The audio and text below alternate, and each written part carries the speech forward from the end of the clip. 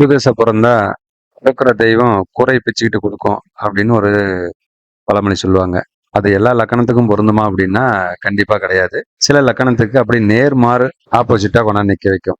சரி, அது எப்படி வேலை செய்யும் அப்படிங்கிறத பத்தி ஒரு சின்ன அலசல். இப்ப இந்த லக்கணத்துக்கு 6ஆம் அதிபதி போய் 8ல நின்று திசை நடக்குது.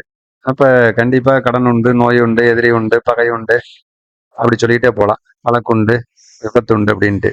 இது எல்லாமே நடந்துருமா அப்படின்னா, குருதசை 16 வருஷம் திசை நடத்தும்.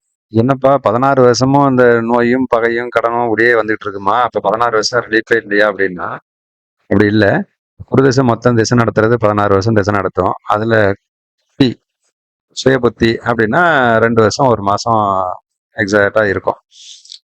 இப்ப இந்த 2 வருஷம் 1 மாசம் இருக்குது பாத்தீங்களா, இந்த டைமிங்ல ஏற்படக்கூடிய பகையும் நோயும் கடனும் அந்த 16 வருஷத்துக்கும் கட்டுற மாதிரி, ஹாஸ்பிட்டல் செலவு பண்ற மாதிரி, இல்ல அதனுடைய தாக்கம் அந்த 16 வருஷத்துக்கு இழுத்துட்டு இருக்கும்.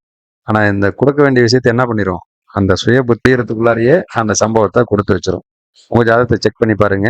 சரியா இருந்தா கமெண்ட் பண்ணுங்க. தேங்க்யூ.